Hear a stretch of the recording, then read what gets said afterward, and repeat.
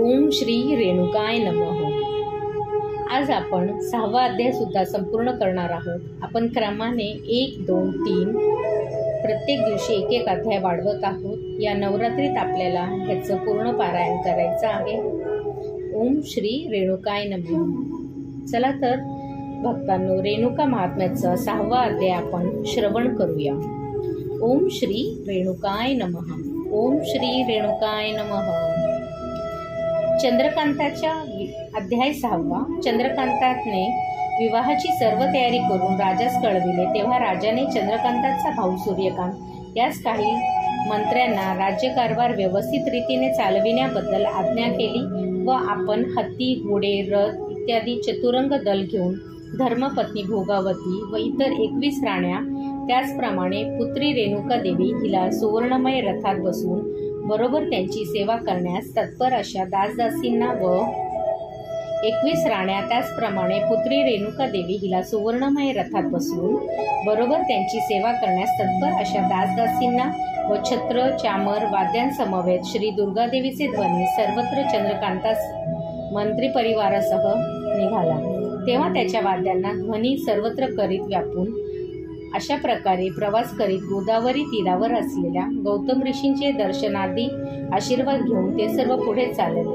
तेथून ब्रह्मेश्वर, निवृत्ती सांग इत्यादी तीर्थांचे स्नान वगैरे आटपून घेऊन सायंकाळी सगर राजाचे देशास आले व त्या राजाकडून तसेच त्यांची धर्मपत्नी केशनी देवी हिचकडून यथोचित सत्कार करून घेऊन तो दिवस त्यांनी तेथेच काढला।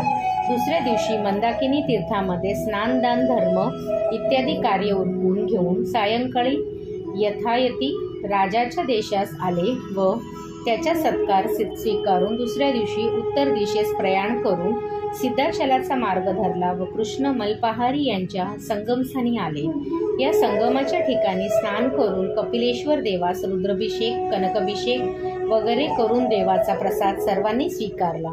दुसऱ्या दिवशी पूर्वेकडून प्रयाण करून कृष्ण मलपहारा यांच्यामध्ये असलेल्या तुरुनाडी राजधानी ते तोरगल त्या ठिकाणी ते सर्व आले।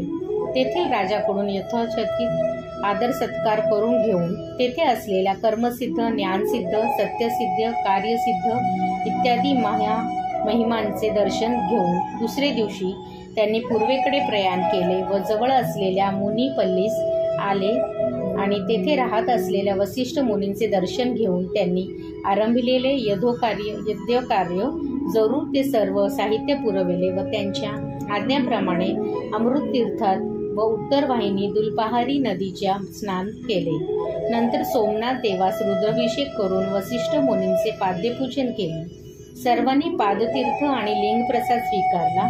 नंतर रेणुकराजाने अर्पिलेल्या नजराना वसिष्ठ मुनींनी घेतला व रेणुकराजा सहपरिवार आपल्याजवळ बोलून घेऊन त्या सर्वांचे क्षेमकुशल विचारून घेतले व त्यांच्या प्रयाणाचेही प्रयोजन पुसले आणि ते त्यांनी म्हणाले, हे राजा, तुझ्या पुत्रीचा विवाह गुरु अगस्ती ऋषी मुनींच्या आज्ञेने हजारो ऋषींचे गुरु असे श्री रुचिक मुनी यांचे पुत्र जमदग्नी यांच्याशी होणार आहे। हे फार बरे आहे, मी जास्त काय सांगू, असे राजा सांगून आपल्या जवळचं विश्रांती घेत बसलेल्या रेणुका देवीचे ओटीत वसिष्ठ मुनींनी पंचफळे घातली व ते तिला म्हणाले, हे देवी, तू रेणुकराजाची पुत्री आता जमदग्नी ऋषींची पत्नी होणार आहेस। मग काय, तू अत्यंत महिमाशाली आहेस। अनेक भक्त सेवा करतील व तुझी सर्व जगात कीर्ती होईल, असा त्यांनी आशीर्वाद दिला। हे पाहून राजास व त्यांच्या परिवारातील लोकांना अत्यंत संतोष झाला। नंतर वसिष्ठ ऋषी म्हणाले, हे राजा, ऐक, इथून पश्चिमेकडे 3 कोसावर पूर्वी श्री पार्वती देवीचे घोर तपाचाराने श्री शंकरास प्रसन्न करून घेतले व त्याचप्रमाणे विवाह करून घेतला। त्या पवित्र जागी सोगल ऋषींनी आपला आश्रम स्थापन केला आहे। अशा या पवित्र ठिकाणी सुवर्णाशिलिंग श्री वीरभद्र, भद्रकाली व पार्वती परमेश्वराची देवालय असून तेथे 2 धबधब्यांनीही आहेत। या खालच्या धबधब्याजवळ श्री दुर्गादेवीची मूर्ती व गायत्री तीर्थ दिसून येतील। तेथून पूर्वेकडे 1 योजन अंतरावर मलपहारी नदी उत्तरवाहिनी होऊन या उर्ग्रातीच्या 2 भाग झालेले आहेत व तेथे विठोबा मुनींचा आश्रम आहे। तेथून पूर्वेस मैलावर श्री क्षेत्र काशी समान असे कुविल क्षेत्र आहे. तेथे पूर्वी कल्पांतामध्ये अंधकासूर व तारकासूर असे 2 दैत्य लोककंटक होऊन राहिले होते. तुझे गुरु अगस्त्य ऋषींनी यांनी आपल्या प्रभावाने श्री शंकरास प्रसन्न करून घेतले व त्याचकडून तसेच श्री शंकराचा पुत्र कार्तिक स्वामी याचकडून अंधकासूर व तारकासुरांचा संहार करविला व त्यामुळे ते जगविख्यात झाले आहेत. अशा या महिमाशाली स्थानी अंधकेश्वर, तारकेश्वर व तुमचे गुरु अगस्ती यांच्या नावाने अगस्तेश्वर लिंग, कपिल मुनींचा आश्रम तसेच कपिल तीर्थ, नागतीर्थ, काशी तीर्थ इत्यादी तीर्थे आहेत. तेथे सोमनाथ सिद्ध नावाचे शिवयोगी शिवलिंग पूजानिष्ठ असे आहे. याचाच एक शिष्य धर्मवर्धन नावाचा राजा शिवभक्ती संपन्न व गुरुपाद सेवा तत्पर असा आहे व त्याने सिद्धाचलावर असलेल्या ऋषिक मुनींच्या व माझ्या यज्ञकार्यास शक्यतानुसार सहाय्य केले आहे. या ठिकाणी पुष्कळसे साधू संत राहत आहेत. तेथून ईशान्य दिशेस शीरशृंग ऋषींचा आश्रम आहे. या ऋषींनी आपल्या तपोबलाने श्री कालिका देवीस प्रत्यक्ष प्रसन्न करून घेतले असून तिच्याकडून नरुंद, नलुंद, चुकल, हिरेकुंभ नावाच्या दैत्यांचा संहार करून तपोनिष्ठाने चे रक्षण केले आहे. श्री कालिका देवीने त्या दैत्यांचा ज्या खडगाने संहार केला ते खडक तेथेच असलेल्या सरोवरात धुतल्यामुळे त्या सरोवरास खडक तीर्थ असे नाव प्राप्त झाले. या तीर्थामध्ये स्नान करून तेथून असलेल्या कालिका देवीचे दर्शन घेतल्यास सर्व कामना पूर्ण होतात. या आपल्या देशात ही देवी अत्यंत पूज्य आहे. येथून नैऋत्य दिशेस 1 योजन अंतरावर सुगंधवती नावाचे एक शहर आहे. तेथे एकनाथ, जोगीनाथ नावाचे सिद्ध राहत असतात. यांच्याच ठिकाणास लागून सिद्धाचल आहे. तुम्ही तुमच्या पुत्रीच्या विवाहाचे कार्य उरकल्यावर मी वर सांगितलेले सर्व ऋषींचे दर्शन घेऊन तुमच्या राजधानीस जावे असे वसिष्ठ ऋषी त्यांना म्हणाले व आशीर्वाद देऊन त्यांनी राजास सिद्धाचलाकडे जाण्याची परवानगी दिली. रेणुक राजा वसिष्ठ ऋषींचा आशीर्वाद घेऊन सिद्धाचलाकडे येण्यास निघाल्याची बातमी आधीच समजून घेतलेल्या ऋषिक मुनींनी या विवाहाच्या कार्याकरिता येत असलेल्या रेणुक राजाच्या परिवाराचे राजे, महाराजे असेच अनेक ऋषी वर्गात समवेत स्वागत करून आपल्याजवळ त्यांना बोलून घेतले.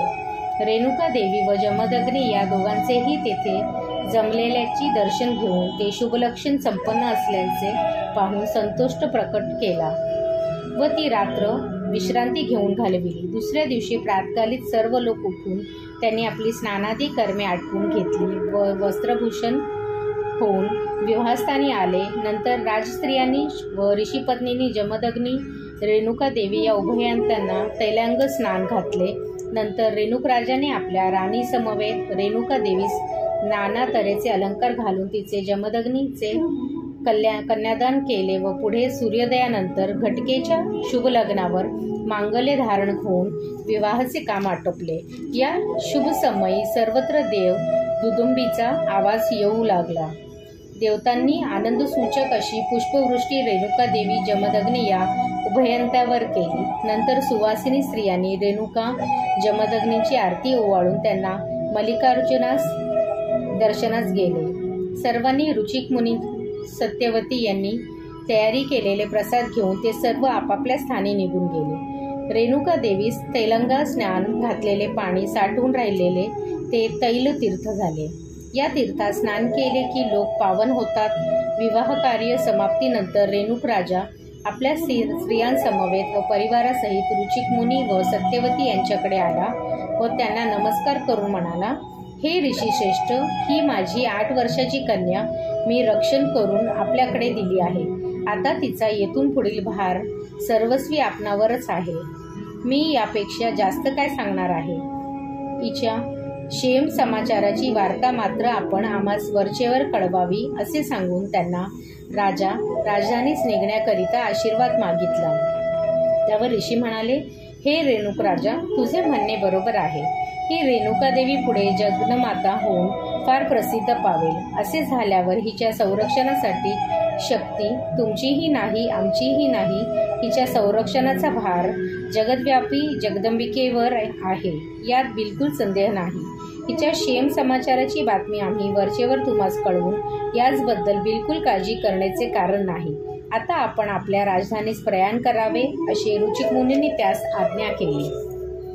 राजा राणी चंद्रकांत या सर्वांनी आनंदाने रेणुका देवीस सदुपदेश केला व आम्ही वरचेवर येऊन तुला भेटून जातो असे सांगून तिचे समाधान केले.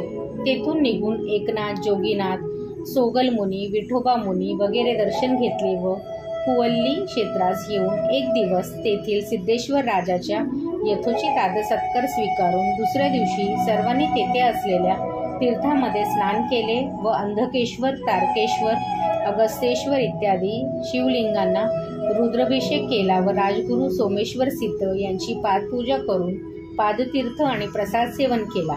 नंतर त्यांची परवानगी घेऊन शीरशृंग ऋषींच्या आश्रमास येऊन तेथील खडगातीर्थ स्नान केले व त्यांनी ती कालिका देवीची कुंकुमार्चनाने पूजा करून परिवारासहित भोजन केले आणि शीरशृंग ऋषींचे आशीर्वाद घेऊन उत्तराभिमुख होऊन आपल्या राजधानीत सुखरूप येऊन पोहोचले. अशी ही कथा सूत मुनींनी शौनकादी ऋषींना सांगितली. अध्याय 6 संपन्न. ओम श्री रेणुकाय नमः. ओम श्री रेणुकाय नमः. ओम श्री रेणुकाय